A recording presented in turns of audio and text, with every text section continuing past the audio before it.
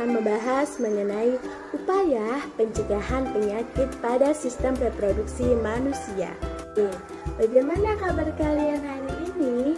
Ibu harap kalian senantiasa sehat dimanapun kalian berada. Sebelum kita memulai kegiatan pembelajaran hari ini, marilah kita berdoa menurut agama dan keyakinan masing-masing. Berdoa, kita mulai.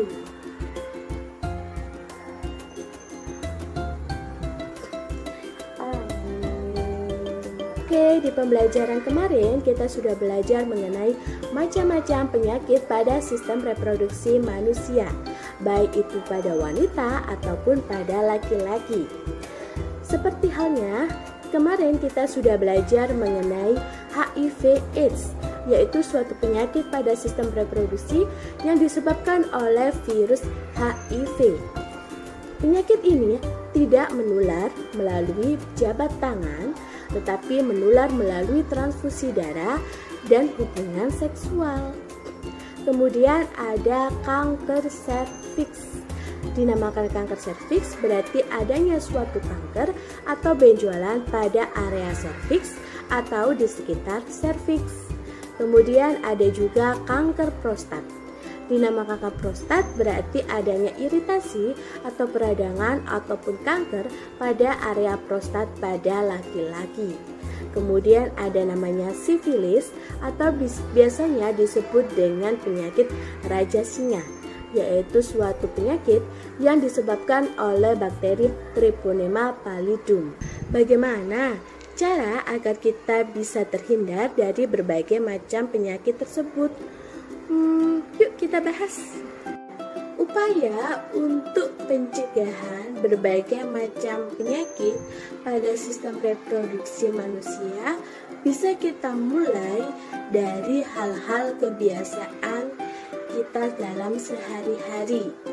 Yang pertama, yakni membersihkan alat kelamin ketika membuang air kecil ataupun membuang air besar, yakni dengan cara membersihkan lebih baik itu dari bagian luar, kemudian baru di bagian dalam.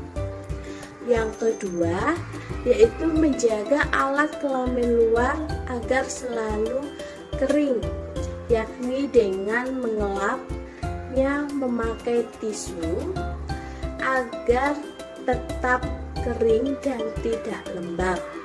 Mengingat ketika lembab itu kuman-kuman, bakteri dan lainnya akan mudah bersarang. Kemudian yang ketiga, yakni menggunakan celana dalam dari bahan yang menyerap keringat dan tidak ketat ya. Kemudian jangan membiasakan diri untuk menahan kencing, jangan ya. Kemudian ada juga memotong rambut pada alat kemaluan ketika dia sudah panjang. Karena kalau rambut pada kemaluan ini tetap panjang bisa digunakan sebagai sarang kuman. Kemudian yang terakhir yakni rajin berolahraga dan memakan makanan buah dan sayur. Kenapa? Karena dengan kita rajin berolahraga kemudian sering makan buah dan sayur, tubuh kita akan sehat karena daya tahan tubuh kita itu sangat kuat. Jadi bisa menghindarkan kita dari serangan mikroorganisme. Selain 6 cara pencegahan tadi, ada juga pencegahan khusus untuk wanita ataupun pria.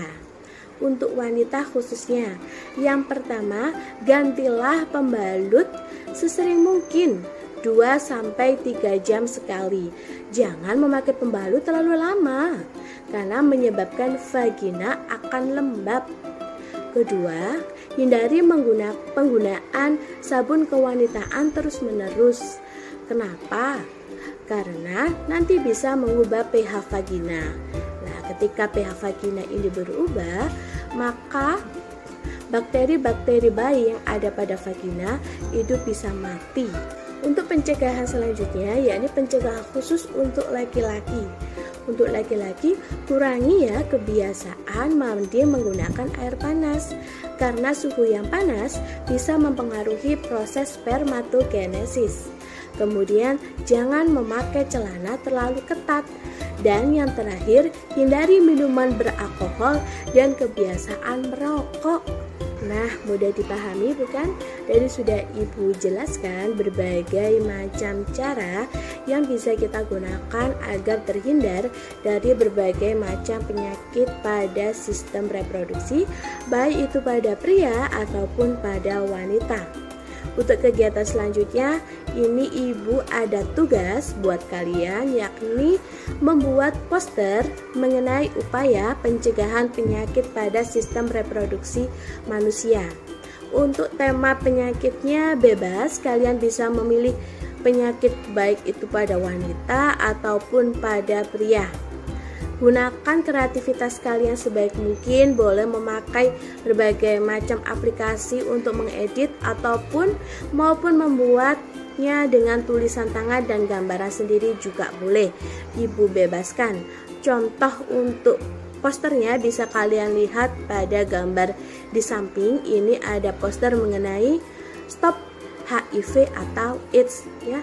Di situ bisa kalian isi dengan bagaimana cara penanggulangannya, nanti bisa dikasih apa itu penyakitnya, disebabkan oleh apa, gejalanya seperti apa, cara penanggulangannya seperti apa, baik itu secara medis ataupun memakai obat herbal, boleh, isinya bebas. Yang penting berisikan tentang bagaimana sih cara agar kita bisa terhindar dari berbagai macam penyakit pada sistem reproduksi manusia. Hai anak hebat, Ibu harap kalian sudah memahami materi yang sudah Ibu jelaskan hari ini. Sebelum kita mengakhiri pembelajaran hari ini, marilah kita berdoa menurut agama dan keyakinan masing-masing. Berdoa kita mulai.